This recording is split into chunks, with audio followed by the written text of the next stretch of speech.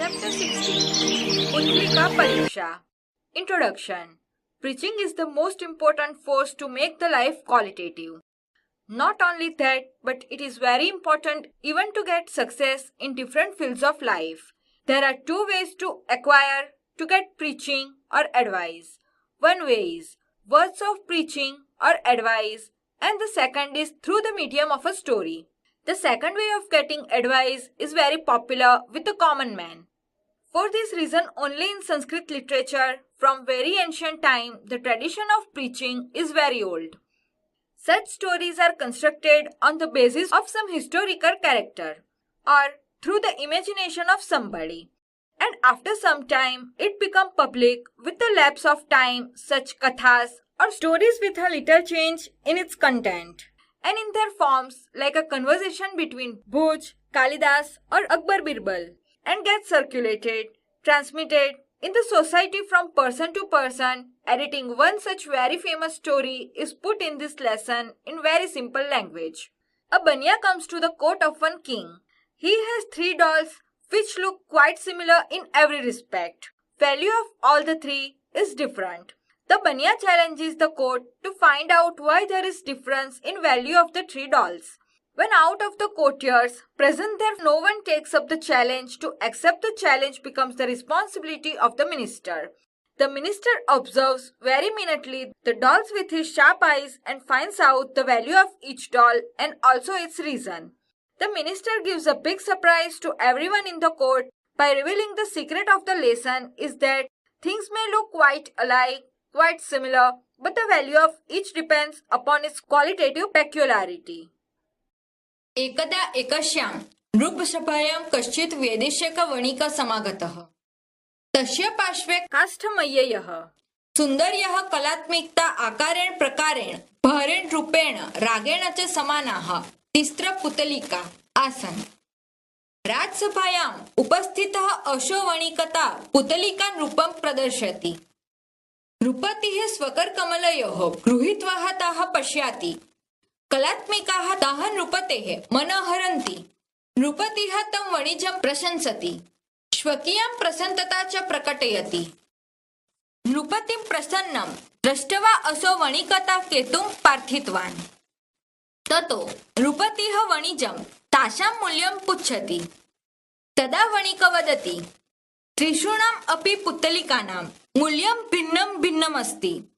एकस्याः रूप्यकमात्रम् अन्यस्याः च सहस्ररूप्यकमात्रकम् अस्ति। तृतीया एका पुतलिका 1,00,000 रूप्यकं मूल्यं ददाति। नृपतिः साश्चर्यं वणिजे कथयति, भोः वणिक, कथं तावत् समानानां पुतलिकानां मूल्यम् एतावत् भिन्नं भिन्नम् अस्ति? वणिक अवदत्, अयि नृप, भवतः राजसभायामत्र बहवः विद्वांसः विचक्षणाः पुरुषाः विराजन्ते। ते एताः पुतलिकाः परीक्ष्य तासां मूल्यभेदं तस्य च कारणं विज्ञापयितुम् अर्हन्ति। अतः तान् एव राजसभा सदस्यान् एतत् पृच्छतु इति नृपः उपस्थेभ्य राजसभा सदस्येभ्यः पुतलिकानां मूल्यं तत्र च कारणं विज्ञापयितुं निवेदितवान्। नृपस्य निवेदनमनुसरन्तन् बहवो विचक्षणाः समागत्य पुतलिकानां मूल्यभेदं तत्र च कारणं ज्ञातुं प्रयत्नं कृतवन्तः। परं कोऽपि तत्र सफलो नाभवत्। ततोऽशो नृपः तत्कार्यं मन्त्रिणे समर्पितवान्। चतुरः मन्त्री उत्थाय दिनत्रयानन्तरमहम् एतत् विज्ञाय भवते निवेदयिष्यामीति नृपाय सविनयम् अकथयत्। नृपः तथास्तु इति कथयित्वा राजसभां विसर्जितवान्। मन्त्री ताः पुतलिकाः स्वीकृत्य गृहमागच्छति।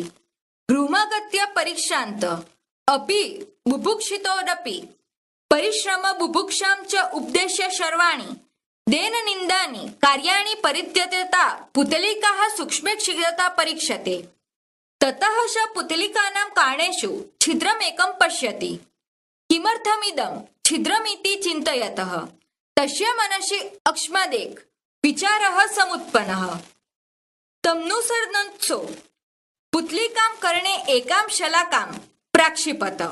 सर्वासु पुतलिकासु प्रक्षिपात्यां शलाकायां परिमाणत्रयं प्राप्तम्।